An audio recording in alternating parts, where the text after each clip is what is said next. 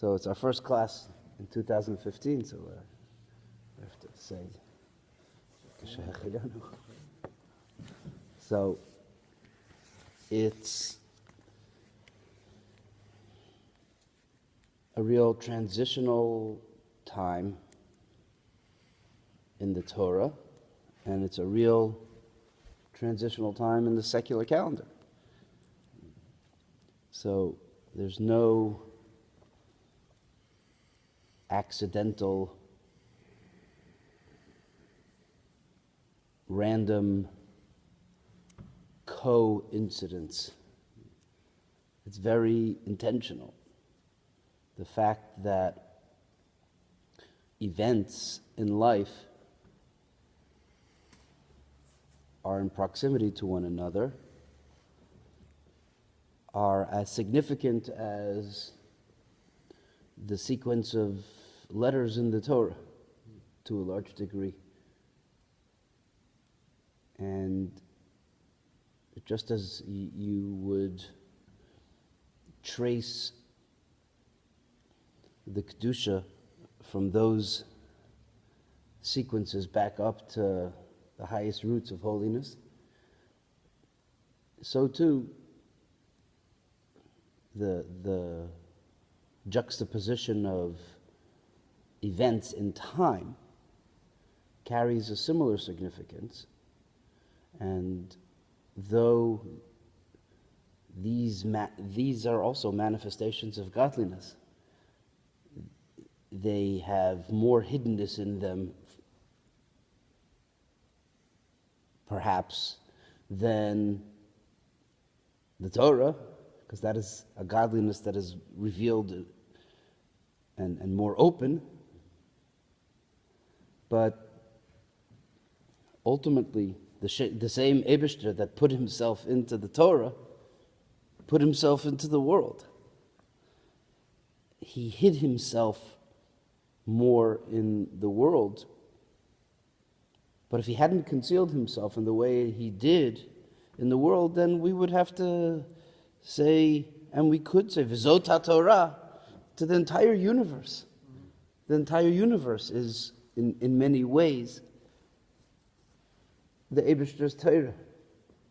The Eibishter put himself into the world.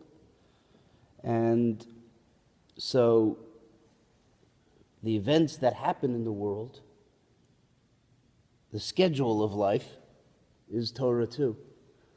And so there's a message here, or a golden opportunity for reflection when we're at the beginning of a new year on a secular level, on a secular calendar, and we're at the beginning of a new parsha in the Torah. And the parsha in the Torah is also a new era. It's a real shift. Shmos is a real shift. In Bereshis, we had all of the ways that we're setting ourselves up, or the Eibishter is setting us up and setting up the world to be a world that is a vehicle through which we can express purposefulness. But it's the prelude to that. It's the pre-game show to a large degree. Shmos, the book of Shmos, we inch far closer to discovering our true purposefulness, the point of it all, so to speak, as the book builds up the drama of slavery, and then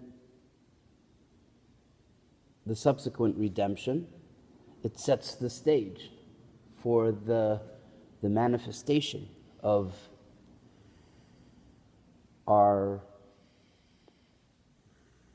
goal, our mission, and how that's tied to intricately to the themes of exile and redemption, and how it's also tied to Torah and Israel. And in this book, you have really everything. So there's a lot of power in a very important thinking tool in terms of the multitude of opportunities that we'll have over the course of the next few weeks to reflect about the various different ways that we're imprisoned and the various different ways that we free ourselves from that prison, and how the freedom from the exiles of our lives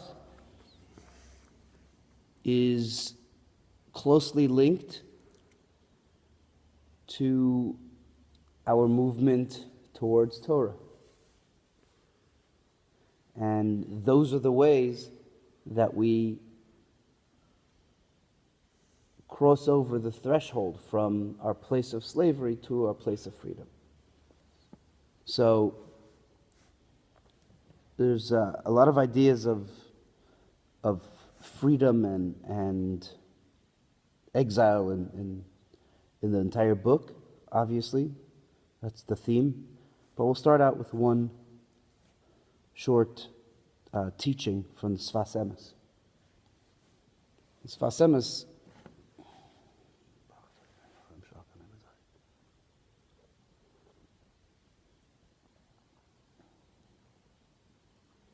comments on the opening verse, one of the opening verses, Vahi b'yom mehem, harab mehem v'yom esmach Mitzrayim. The king of Mitzrayim died, Vayonchem bnei Yisrael min avoda, and the Jewish people were under the pressure. They groaned under the pressure of Vaizaku, and they cried out. Vatal shavasam Elokim, and their cries reached up to God min avoda, from the slavery. So right off the bat, the word Vaizaku is a very powerful word in the whole process of exile or imprisonment, whether it's a physical imprisonment or whether it's a mental slavery, a person who is all they want in their life is emotional freedom. They experience emotional freedom, whether they're abused, and that's their slavery. So the first critical step in transferring out of those kinds of situations is a recognizing of the situation. And you cannot extract yourself from an imprisoning situation without first embracing, fully looking and accepting the truth of your plight, the truth.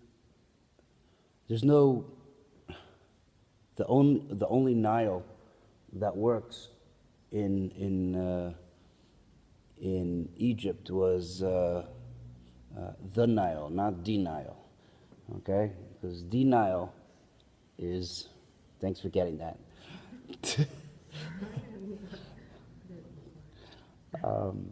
Denial is another way, in all seriousness, another river that we all drown in. And, for the hundreds of years that the Jewish people were in Egypt, it wasn't just the firstborn Jewish boys that were in denial. It was the entire Jewish community that was in denial. They were drowning in denial of their imprisonment. And why does God suddenly respond? Because immediately before the response is the cry. What is the wings upon which the cry, upon which there's a recognizing of the plight and it flies up to God, is in the strength of the crying out. God cannot help those who, A, don't realize that they need help. And he also can't help those who are not ready to be helped. So those are two very critical factors. And that was a turning point in the story of Mitzrayim, which is a template for every and a kind of mini for every mini slavery can be traced back to the slavery of Egypt, and it exists there in microcosmic form. And the way that we extracted ourselves from that slavery is the prototype and gives us the blueprint and the strategy for extracting ourselves from every slavery situation. And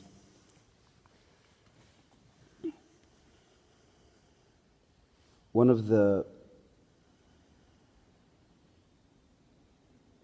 ideas over here is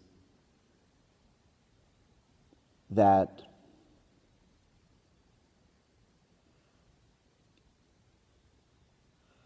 when people are in a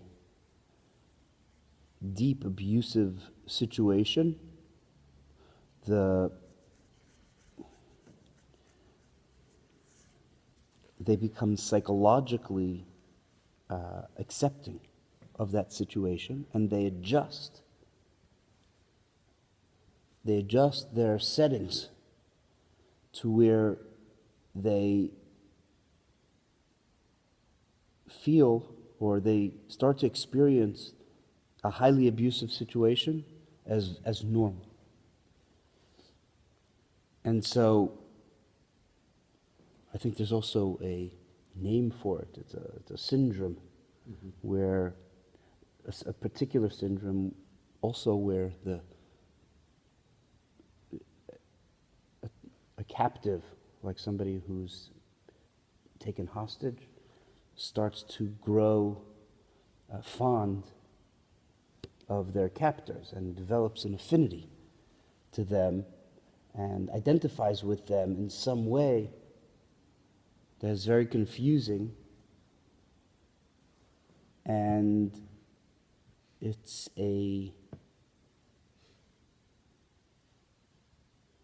something that has to be unraveled.